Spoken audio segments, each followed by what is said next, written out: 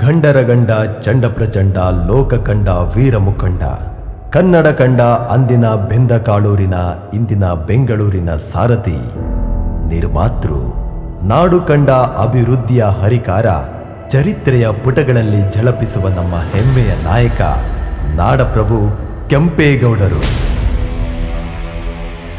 ಕ್ರಿಸ್ತಶಕ 1510 ಜೂನ್ 27ರಂದು ಯಲಹಂಕದ ಕೆಂಪನಂಜೇಗೌಡರು ಮತ್ತು ಲಿಂಗಾಂಬೆ ದಂಪತಿಗಳಿಗೆ ಸುಪುತ್ರರಾಗಿ ಜನ್ಮ ಪಡೆದು ಸರ್ವಧರ್ಮ ಸಮನ್ವಯಿಗಳಾಗಿ ಕರುನಾಡು ಕಂಡ ಕಣ್ಮಣಿ ನಮ್ಮ ನಾಡಪ್ರಭು ಕೆಂಪೇಗೌಡರು.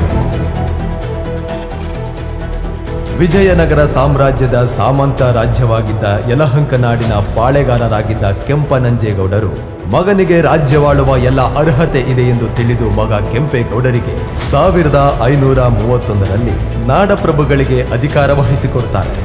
ವಿಜಯನಗರದ ಅರಸರು ಹಿಂದಿನಿಂದಲೂ ತಮ್ಮ ವಂಶಸ್ಥರ ಮೇಲೆ ಇಟ್ಟಿದ್ದ ನಂಬಿಕೆಗೆ ಚ್ಯುತಿ ಬಾರದಂತೆ ನಡೆದುಕೊಳ್ಳುವ ಕೆಂಪೇಗೌಡರು ವಿಜಯನಗರ ಸಾಮ್ರಾಜ್ಯಕ್ಕೆ ತಮ್ಮ ನಿಷ್ಠೆಯನ್ನು ಮುಂದುವರಿಸುತ್ತಾರೆ.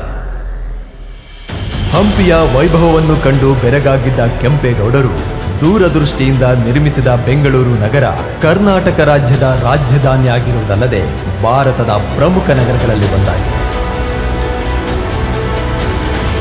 ಪೂರ್ವಕ್ಕೆ ಹಲಸೂರು, ಪಶ್ಚಿಮಕ್ಕೆ ಸೊಂಡೇಕೊಪ್ಪ, ಉತ್ತರಕ್ಕೆ ಯಲಹಂಕ, ದಕ್ಷಿಣಕ್ಕೆ ಆನೆಕಲ್ನಲ್ಲಿ ಮಹಾದ್ವಾರಗಳನ್ನು ನಿರ್ಮಿಸಿ ಆಡಳಿತದ ಪ್ರದೇಶಗಳನ್ನು ವಿಸ್ತರಿಸಿ ಒಂದು ಪ್ರದೇಶದ ಜನಸಾಮಾನ್ಯರಿಗೆ ಬೇಕಾಗುವ ಮೂಲಭೂತ ಸೌಕರ್ಯಗಳನ್ನು ಒದಗಿಸಿ ಕೆರೆ, ಕಟ್ಟೆ, ಕಲ್ಯಾಣಿ, ದೇವಾಲಯಗಳು, ಉದ್ಯಾನವನ, ಕೋಟೆಗಳನ್ನು ನಿರ್ಮಿಸಿ ಶಿಕ್ಷಣದ ಬಗ್ಗೆ ಜನರಲ್ಲಿ ಜಾಗೃತಿ ಮೂಡಿಸಿ ಬೆಂಗಳೂರಿನ ಅಭಿವೃದ್ಧಿಗೆ ಸಾಕ್ಷಿಯಾಗಿದ್ದಾರೆ.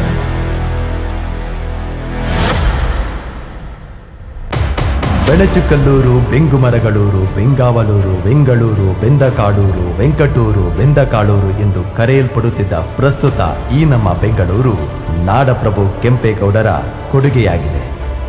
ಅವರ ಸ್ಮರಣಾರ್ಥವಾಗಿ ಬೆಂಗಳೂರು ಅಂತಾರಾಷ್ಟ್ರೀಯ ವಿಮಾನ ನಿಲ್ದಾಣಕ್ಕೆ ಅವರ ಹೆಸರನ್ನು ಇಟ್ಟಿರುವುದಲ್ಲದೆ 108 ಅಡಿಗಳ ನಾಡಪ್ರಭು ಕೆಂಪೇಗೌಡರ ಕಂಚಿನ ಪ್ರತಿಮೆಯನ್ನು ಸ್ಥಾಪಿಸಿರುವುದು ಹೆಮ್ಮೆಯ ವಿಚಾರ.